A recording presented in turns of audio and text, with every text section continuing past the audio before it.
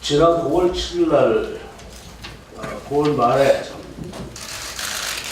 미국 재무부가 국내은행 본점 자금 세탁 방지 담당 임원들과 전화를 했다는 사실이 이제 보도가 돼서 모두들 잘 알고 계실 것 같습니다. 그런데 단순히 어떤 우려를 표명한 정도가 아니라 미 재무부가 한국 우리 은행의 본점들에서 이야기한 내용들이 상당히 심각한 수준의 경고라고 받아들이고 있습니다. 내용이 상당히 심각한데요. 그러니까 북한에 대한 유엔과 미국의 제재는 여전히 유효하다는 것을 강조하고 경제협력 관련해서 경협 관련해서 국내은행의 사업 추진 계획 등을 모니터링하고 그 다음에 한국에서 발표되고 있는 공식 발표되고 있는 내용과 그 다음에 언론 등을 통해서 언급되고 있는 북한과의 금융협력 제재가 미국의 정책과 불일치할 뿐만 아니라 여기에 대해서 심히 우려된다는 것을 아주 강력하게 규정을 한 모양입니다. 미국은 우방국이라고 해서 그 제재를 늦춘다거나 그렇지 않으면 완화하는 그런 국가가 아닌 걸로 알고 있습니다. 그렇게 생각하면 미국 재무부의 이러한 강력한 경고 내지는 우려가 걱정이 되지 않을 수가 없습니다. 우리 은행이 만일에 이런 제재의 대상이 된다면 한국 경제가 어디로 갈지를 생각하지 않아도 뻔히 다 알 수 있는 겁니다. 그래서 특히 미국 정부가 완전한 비핵화를 이루기 전까지 모든 수단을 동원해서 대북 제재를 지속해야 한다는 입장을 표명한 것 같은데 재무부가 이런 부분에 대해서 정부가 자세히 설명을 안 하고 있습니다.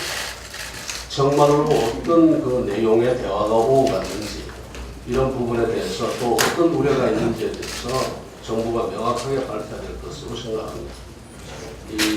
혹시 기자분들께서 더 궁금한 내용이 있으시면 우리 연구연구원의 김선동 원장께 문의를 해주시기 바랍니다. 그리고 한 가지 꼭 이야기 드리고 싶은 게 지금 서울교통공사의 일자리 탈취 문제입니다. 어제 사무총장께서 구체적으로 전모를 다 밝히셨지만 정말 이것은 못 구할 수 있는 일이라고 생각합니다. 이 정부가 출범할 때부터 우리가 많은 우려를 했습니다. 이 정부가 결국은 노조와의 연합정부가 아닌가 이렇게 많은 분들이 의심 내지는 의구심을 가졌고 그런 과정에서 많은 걱정을 했죠. 저만 하도 어떤 걱정을 가지고 있는가 하면 이 정부가 말하자면 노조의 거의 포획되다시피 한 정부인데 이 정부가 과연 노조가 반대하는 산업구조조정이라든가 이런 것을 할 수 있을까? 결국은 그 산업구조조정이나 아니면 의미 있는 산업정책을 내놓지 못함으로써 우리 경제를 거의 파탄으로 끌고 갈 가능성이 굉장히 크다. 성장은 뒤로 하고 분배 문제만 강조할 가능성이 크다. 그렇게 되면 한국은 그야말로 성장의 동력 기반을 이 정부 5년 기간에 다 잃어버릴 것이다. 그런 걱정을 했거든. 근데 이런 노조와의 이런 어떤 유착 문제라든가 이런 것이 이번에 그야말로 정면으로 나타난 것 같습니다. 폭력을 행사하고 또 거기다가 정말 용납할 수 없는 그런 비리를 저지르고 그런 부분에 대해서 지방정부는 소위 민주정부, 정의를 외치는 민주정부라고 그러면서 지방정부는 그것을 방조하거나 묵인하고 중앙정부는 오히려 그러한 정책적 환경을 조성하고 이렇게 해서 중앙정부와 지방정부와 이 특권층, 이 노조가 결탁해서 권력형 비리를 저지르는 이런 일이 지금 일어나는 것 같습니다. 정말 용납할 수 없는 일이라고 생각을 합니다. 제가 일일이 다 이야기를 드리지 않겠습니다. 하나만 더 이야기 드리면 이번 더 이상 또 분노하는 것은 구의역에서 사망한 청년의 안타까운 목숨값으로 노조원들이 이번에 이 고용세습 잔치판을 벌였다는 것입니다. 애당초 구의역 사건이 벌어진 원인조차도 같은 팀 직원이 민주노총 집회에 참석하기 위해서 근무지를 이탈했기 때문이라고 저는 알고 있습니다. 그것이 재판 과정에서 드러났습니다. 그런데 이 안타까운 사건을 이용해서 이 식당, 매점, 이발소 직원들까지 정규직으로 옷을 받고 있고 그 과정에서 자기들 친인척까지 끼워 넣었다니 이 파렴치한 행동을 도대체 어떻게 이해해야 되겠습니까? 더 자세히 다른 분들께서도 이야기를 하실 거기 때문에 더 제가 이야기 드리지 않겠습니다만은 이런 부분이 저는 서울시 교통공사에서만 일어나는 일이 아니라고 생각합니다.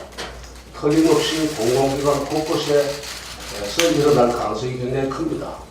당 차원에서 이 부분에 대해서 적극적으로 대응해서 정부가 스스로 이 문제에 대해서 스스로 고백을 하고 얼마나 잘못되고 있는지를 스스로 파악을 하고 그 시정해 나갈 수 있도록 당이 총력을 모아야 될 거라고 생각을 합니다. 긴 말씀, 어제 제가 참 하나만 끝으로 이야기 드리면 어제 광주민주화 묘역에 다녀왔습니다. 들었으면서 여러 가지 착잡한 마음이 많이 들었습니다. 제가 페이스북에도 남겼습니다만, 이 민주화 묘역을 들어서서 이 많은 그 목숨이 고귀한 그 생명을 바쳤는데, 지금 현재 우리 민주화가 과연 지금 정말 민주주의가 제대로 작동하고 있는가? 불과 며칠 사이, 그러니까 한 달 전으로, 1년 전으로 돌아갈 것도 없이 이게 과연 우리가 민주주의 국가 맞나? 라는 그런 말하자면 이 자문자답을 해봤습니다. 탈북기자 출신이라는 그 이유만으로 남북회담 취재를 거부다. 표현의 자유를 억압하는 조금 불편하다고 해가지고 유튜브를 규제하겠다고 나오는가, 표현의 자유를 억압하겠다고 나오는가 하면은 그 유튜브에 가서 이것저것 요구하다가 망신을 당하고 그것뿐만입니다. 곳곳에다가 야당 의원이 가서 혈안이 되어 있는 것이 문제는 지금 이 시간에도 수많은 청년들이 바늘 부분 같은 꿈의 직장을 꿈꾸면서 오션 쪽방에서 밤샘 공부 중인데 그런 청년 일자리를 이렇게 도둑질해도 되는 것입니까? 문재인 대통령이 늘 이야기하는 기회는 평등하고 가정은 공정하게 앞으로 이런 말 대통령 입에 담았으면 결코 안 될 겁니다. 비정규직 제로, 비정규직 차별 해소가 청년 실업은 나몰라라 하면서 가족 친지 비정규직 제로를 의미했던 것인지 아무리 끼리끼리 나눠먹기 한다고 하더라도 좀 적당히 하기 바랍니다. 이렇게 또 문제 제기하면은 과거 MB 박근혜 정권에 또 수치내서 물타는 이런 못된 짓이나 하는 그렇게 하려고 정권 잡은 거예요? 비단 서울교통공사뿐만이 아니라 대기업 정규직 노조를 넘어서 이제는 공공기관에조차 만연해 있는 이 고용세습 간행에 대해서 자유한국당은 뿌리 깊은 적폐를 반드시 발본 처분해 가도록 할 것이라는 말씀입니다. 특히 대기업, 정규직, 공공금융기관 이 막강한 힘을 가진 노조와 늘 뒷거래를 하면서 채용 거래를 하고 있는 기업에 대해서도 자유한국당이 단호한 입장을 가지겠습니다.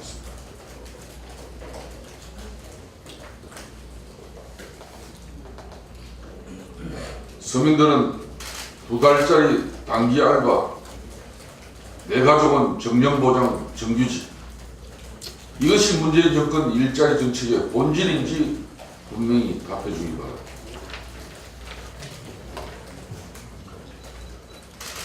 민주당 이해찬 대표가 어제 생활 적폐를 해소하고 공정사회를 만드는데 최선을 다하겠다고 말했는데 민주당 정권에서 자행되고 있는 고용세습, 일자리 약탈이야말로 공정사회를 저해하는 고질적인 적폐라는 점을 지적하지 않을 수 없습니다. 등장 밑이 어둡다고 생활적폐를 먼 곳에서 찾을 것이 아니라 제 눈에 들보나 먼저 제거하시기 바랍니다.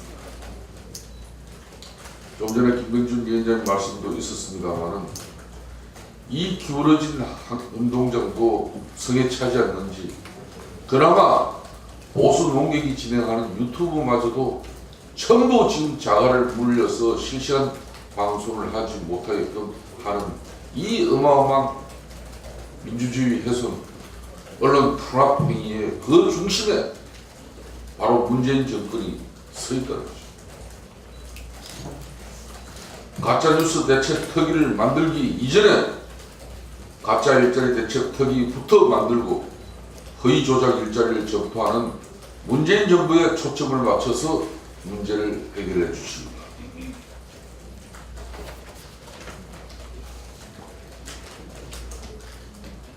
페리 해리스 주한 미국 대사가 어제 아산정책연구원 전문가 자담회에 참석해서 남북 대화는 비핵화와 연계되어야 하고 한국과 미국의 목소리를 일치되어야 한다고 말했습니다. 비핵화와 남북 대화가 서로 별개의 것이 아닌 마당에 문재인 정부가 남북 대화에 속도를 내면서 비핵화를 뒷전으로 돌리는 데 대해 비핵화와 남북 대화는 더디 가더라도 신중하게 함께 가야 할 사안이라는 점을 다시 한번 말씀드릴 수밖에 없습니다. 비핵화 없이 남북 대화만 서두를 수 없고 비핵화는 분명히 남북 대화의 주요한 목적 중 하나라는 사실을 망각하지 말기 바랍니다.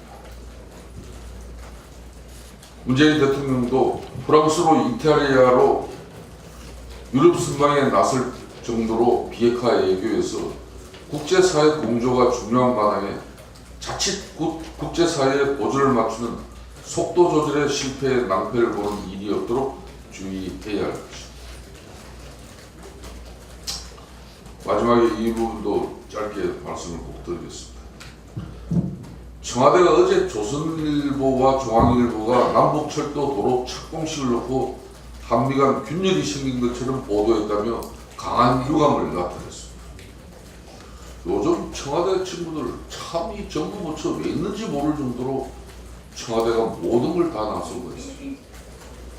아무리 문재인 대통령 백으로 완장차고 있다고 하지만 해대도 너무한 것 같아요. 두 신문에 대해 해당 내용은 논평을 요구할 때마다 자판기처럼 튀어나오는 문장일 뿐이라고 이런 지하에 폄하했습니다. 청와대가 언론의 비판과 우려를 겸하게 수용하는 것이 아니라 청와대가 언론을 논평하는 웃지 못할 상황이 연출되고 있는 것입니다.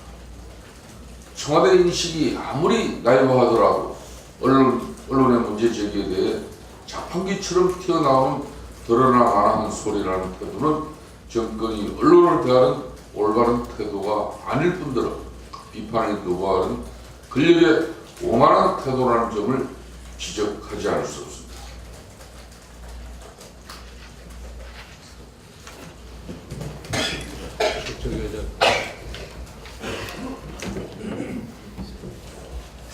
예, 민주당의 국정감사 증인 채택 거부와 관련된 말씀드리겠습니다. 이제 국정감사가 2주차에 접어들었습니다. 민주당이 야당의 증인 채택 요구를 완강히 거부하는 바람에 언론이나 국민들로부터 부실국감, 맹탕국감이라는 비판을 면치 못하고 있습니다. 국민들께서도 잘 알고 계시겠지만 국정감사는 정부 정책의 일련을 총결산하고 국민의 혈세는 정당하게 잘 집행되고 있는지, 그리고 각종 정책들은 제대로 계획 내지는 집행되고 있는지 점검하는 매우 중요한 일입니다. 국정 운영에 관한 실체적 진실을 밝히기를 거부하는 것은 행정부의 감시와 견제라고 하는 국회의 중요한 직무를 버리는 것이나 마찬가지이며 삼권 분립 정신에도 위배되는 것입니다. 지금이라도 늦지 않았습니다. 여당은 내실 있는 국감을 위해 최소 필요한 증인이 적절히 채택될 수 있도록 적극적이고 전향적인 자세로 임할 것을 강력히 촉구합니다. 다음은 한시적인 유류세 인하와 관련하여 말씀드리겠습니다. 최근 국제 유가가 가파르게 오르고 경기 하강 우려가 커지자 정부가 10년 만에 한시적 유류세 인하에 나서기로 했습니다. 언론 보도에 따르면 다음 달부터 유류세를 10% 내리는 방안이 유력하다고 하며 이러할 경우 휘발유는 리터당 82원, 경유는 57원, LPG는 21원이 낮아질 것이라고 합니다. 최근 한 달 사이에 휘발유 값이 50원 넘게 오른 만큼 유가가 가파르게 뛰는 상황에서 유류세를 인하해 영세 상공인, 중소기업, 서민층 부담을 덜어주겠다는 의도는 충분히 공감 가능합니다. 특히 소비자 물가가 1%대인데 유독 소비료만 들썩거리고 있다는 점을 보더라도 타이밍을 늦출 필요는 없다고 생각합니다. 하지만 유류세 인하를 한시적으로 찔끔 내린다고 해서 서민들의 살림살이가 얼마나 나아질 수 있을 것인지는 의문입니다. 지난 2008년에도 유류세를 한시적으로 10% 인하했지만 국제유가가 천정부지로 치솟으면서 기름값은 불과 한 달 만에 유류세 인하 이전 가격을 넘어버리기도 했습니다. 게다가 유류세 인하 조치를 조만간 발표할 일자리 종합대책에 넣겠다는 정부의 발상도 궁색합니다. 비싼 기름값으로 고통받는 국민들은 전혀 고려하지 않고 한시적 유류세 인하를 고용 대책에 끼워 넣는 것은 그야말로 생색내기일 뿐일 것입니다. 세수 호황으로 정부에 돈은 쌓이고 있는데 서민 경제는 침체를 벗어나지 못하고 있습니다. 자동차 운행이 늘면서 2011년 17조 원대였던 유류세는 지난해 무려 27조 원 규모로 급증했습니다. 특히 유류세가 정액으로 고정되어 있다 보니 국제유가 변동과 관계없이 국고를 꼬박꼬박 채워주는 효자 역할을 톡톡히 하고 있다는 점도 부인할 수 없는 사실입니다. 경제가 어려운 만큼 서민들의 경제적 부담을 줄여줄 수 있는 근본적 방안을 고민해야 할 시점입니다. 우리 자유한국당이 지난 대선과 지방선거 때 제시한 유류세 인하 공약을 이제 적극 검토할 때가 되었다고 봅니다. 정부는 말로는 우리 경제가 괜찮다고 하면서 실제 행동은 경제 위기 때나 있을 법한 부양책을 쏟아내지 말고 경기 하강 국면을 솔직히 인정하고 과도한 세금 부담으로 쌓여만 가는 서민들의 한숨과 시름을 덜어줄 실효적 조치들을 적극 시행할 것을 강력히 촉구합니다. 말씀 주십시오. 네.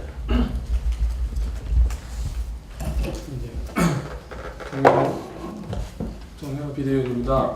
지금 최근에 강서구 PC방에서 청년을 살해한 사건이 지금 온라인에서 일파만파 퍼져나가고 있습니다. 아르바이트하는 21살의 학생이 불친절하다는 이유로 30살의 학생이 지금 흉기를 가져와서 얼굴과 전신에 30회 이상 칼로 찔렀다고 합니다. 그 흉기를 막느라고 이제 피해자가 손으로 막았는데 손이 너덜너덜하게 될 정도였고, 심지어 부모님이 그 사체 아들을 보러 왔을 때 병원에서 보여주기가 너무 끔찍할 정도로 너무 훼손돼 있어서 보여주지도 않았다고 합니다. 굉장히 심각한 사건인데 가해자가 우울증이 있었다는 이유로 약물 복용을 했다고 합니다. 그래서 인터넷에서 시민들은 또 심신미약, 우울증, 또 술을 먹어서 또 그렇게 된 사람들에게 형벌을 감해주는 것은 아닌가라는 분노를 가지고 있습니다. 우리나라 형법에 보면 10조에 심신장애에 대해서 심신장애로 인하여 전항의 능력이 미약한 자의 행위는 형을 감경한다 이렇게 적혀 있습니다. 그래서 판사들은 감경하게 된 경우가 많은 것 같습니다. 독일의 경우에는 감경할 수 있다 이런 식으로 되어 있어서 이렇게 사안의 죄질이 나쁘거나 하면은 이렇게 감경하지 않는 걸로 알고 있습니다. 우리 당에서 지난번에도 제가 형법 사법 체계에 대해서 언급을 했는데 전면적으로 재검토하는 그런 조직을 꾸려서 좀 다뤄봤으면 하는 바람이 있습니다. 이상입니다. 예, 우리 잘 아시다시피 우리의 그 노동시장이 완전히 이원화 또 분절화되어 있습니다. 이렇게 그 참 특권을 누리는 이런 그 노동자 집단이 있는가 하면은 정말 열악한 환경 속에서 저임금에 고생하고 있는 수많은 또 노동자들이 있습니다. 어떻게 보면은 이 특권적 노동자 계층 내지는 집단이 사실은 그 힘없고 약한 일반 노동자들의 그 가져가야 할 몫을 이렇게 지금 일자리도 가져가고 또 그렇지 않으면 임금도 더 가져가고 그래서 지금 점점 노동시장의 그 이원화 현상 또 아니면 그 분절화 현상이 더 심화되고 있습니다. 우리가 지금 저임금에 또 열악한 환경에 고생하는 그 노동자들을 이야기를 하는 것이 아니라 특권을 누리는 이런 노동자 계층 집단을 지금 이야기를 하는 겁니다. 다수의 많은 노동자들께서도 이 부분에 있어서 정말 우리 사회에 이 특권적 노동계층이 존재해도 되는지에 대해서 같이 고민을 해주셨으면 합니다. 그리고 또 한 가지만 더 이야기 드리고 싶은 것이 박원순 시장이 이 사건을 알고 있었는지 없었는지 답해야 됩니다. 지금 당장에.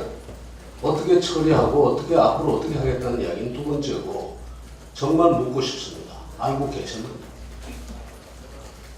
알고 있으면서 방조한 거냐 그렇지 않으면 몰랐던 거냐. 물론 양쪽 다 문제가 있습니다. 몰랐다면 시장 자격이 없죠. 시스템을 엉망으로 만들고 보고체계도 엉망으로 만들고 이러한 일이 엄청난 일이 진행되고 있고 또 그 다음에 심지어 폭행 사태까지 있는데도 불구하고 거기에 대해서 시장이 몰랐다는 건 그야말로 이 시장을 운영할 그 역량 자체가 어떻게 되는지 의심할 수밖에 없고 그 다음에 또 하나는 알고 있으면서 방조했다면 그야말로 이것은 이 부도덕한 정의롭지 못하고 또 게다가 정말 민주화 정의는 입으로만 이야기하는 그런 시장이 될 겁니다. 그러나 어찌됐든 간에 알고 싶습니다. 알고 계셨는지 오늘 당장 대답하시기 바랍니다. 오늘도 국정감사가 계속되고 있고 그래서 그 별다른 토의 안건이 없긴 합니다만 토의를 비대위원장실에서 오늘 국정감사 안 가시는 분들은 제 방에서 토의를 좀 여러 가지 그 현안들에 대해서 토의를 좀 하시고 회의는 여기서 그대로 마치도록 하겠습니다. 제 제2, 3, 4 비상대책위원회의를 여기서 마칩니다.